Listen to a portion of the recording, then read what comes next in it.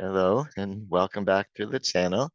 Uh, Today I wanted to talk a little bit about how sometimes words change meanings over time, meaning sometimes what we use these words to mean uh, can change over a long time, although we usually don't notice it in any one lifetime because languages live a lot longer than people do.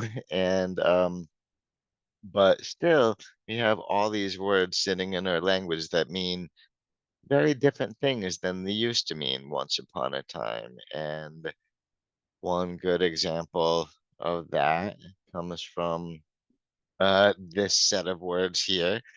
And so when meanings do change over time, or rather when what we use words to mean changes over time, we call that semantic shift. And that's also sometimes just called semantic change or semantic drift. And so basically, it means a gradual change in meaning over time. So this happens over a long enough period of time where no one person might actually notice in their given lifetime. And so the obvious example of a word that has undergone semantic shift, where the meaning has changed, is the word in purple down there at the bottom, terrific. And how can we tell that it means something very different than it used to? Let's consider the two sets of words here, the two lists. First, we have horror. And so the idea of horror is very much part of the meaning of the three words right below it. Horror, we got horrible and horrified and horrific, right? All of these are things that are very, very scary, inspiring, well, fear and horror and all of that. And a word that's similar to horror is the word terror, right? That would be something scary or someone scary as well. Um, and so terrible and terrified. This again is inspiring fear, but terrific. All of a sudden, wait a minute, terrific means the opposite of what all the rest of them mean, kind of. Well, sort of. It's really what we see here is the idea, the concept of terror at the core of the meaning was sort of removed, sort of hollowed out from the word terrific, and it ended up going through something called amelioration, which is when a word takes on a positive usage, a positive meaning. And so now terrific is, oh, that's great, really, really good, as opposed to what it would mean if it had not undergone semantic shift. It would be kind of a synonym for horrific. Anyway, so that I thought I would start with that example with terrific because it makes it pretty clear that sometimes some words stick out because they really change meaning quite a bit. And so we've also got other examples of words that have sort of changed meaning quite a bit. And did you know that awful and awesome once upon a time were pretty synonymous with each other? They meant about the same thing. So start with awful, literally full of awe. And so that meant it was something that was impressive because it inspired wonder or fear. So it's impressive because it inspires wonder or even maybe fear. And the word awesome, which pretty much means literally inspiring awe. So this one also meant something impressive because it inspires wonder or fear. So how did these two words that used to mean about the same thing many, many centuries ago, how do they end up meaning opposites? Because awful these days we mostly just use it for something really, really bad. And awesome, mostly we use it for something that's really, really good. And so, how did that happen? Again, the idea, the core meaning there, awe, just got sort of hollowed out of the word, like bleats out of it. So it's still, they're still in each case awful and awesome are at the extremes, but we're no longer thinking about awe or wonder or anything like that. Just really, really good, awesome, really, really bad, awful. And so the process that we call that when a word's core of their meaning gets hollowed out is called semantic bleaching. And like I've just pointed out, awesome and terrific are both examples of semantic bleaching where the awe and the terror got taken right out of the core of their meanings.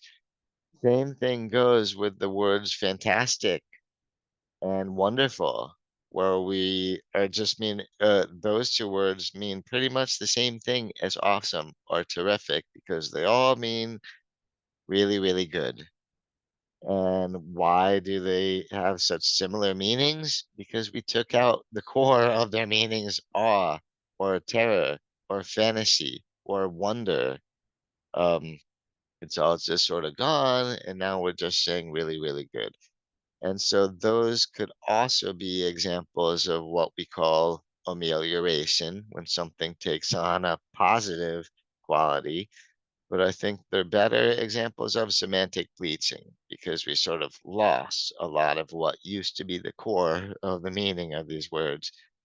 And so we've already seen several examples of words that change meaning, but it doesn't always go like this. It's not always like the examples I've given so far, where it turns out the semantic meaning is bleached out and most of them ended up meaning really, really good and extreme. There's other sort of semantic shift as well, other ways meanings can change, like for the word nice, for instance. This is also a good example of amelioration, where the connotation of it, the meaning of it ends up really positive now, right?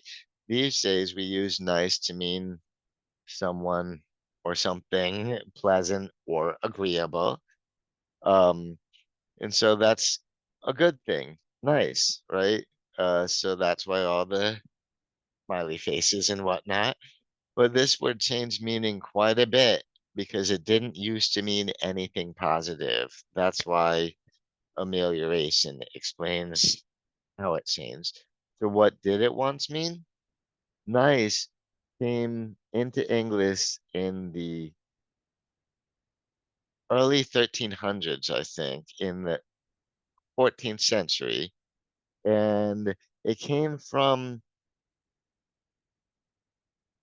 Anglo-Norman, which was a variety of French at the time. So we're talking pretty old French.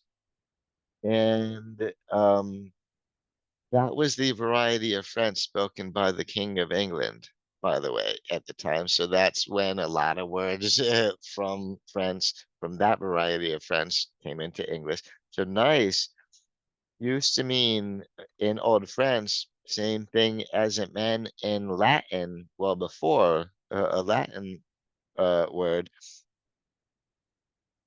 not knowing. It meant not knowing. So ignorant, stupid, foolish, those are three connotations that the word nice had when we first brought it into English long, long time ago. So that's why the picture of the guy sawing off a tree limb, a tree branch that he's sitting on at the time, that is pretty foolish.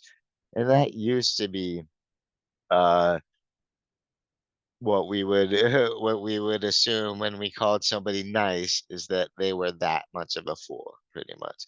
So I'm really happy this word turns out to mean something really good these days because hey, nice used to be, not such a nice word to use about somebody anyway.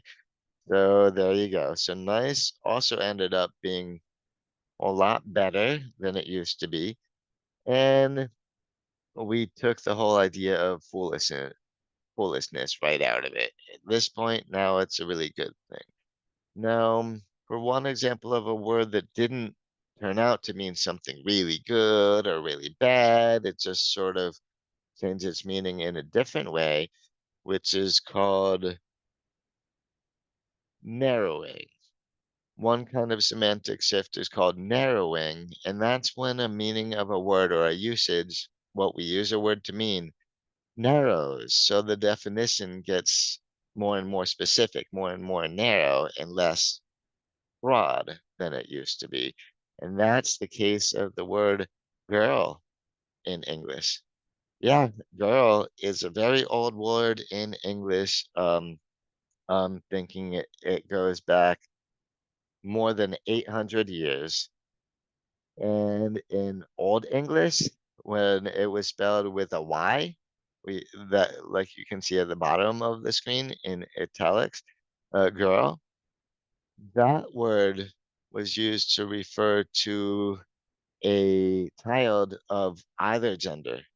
So a very young person of either gender. So we're talking boys and girls would have been included in the word girl.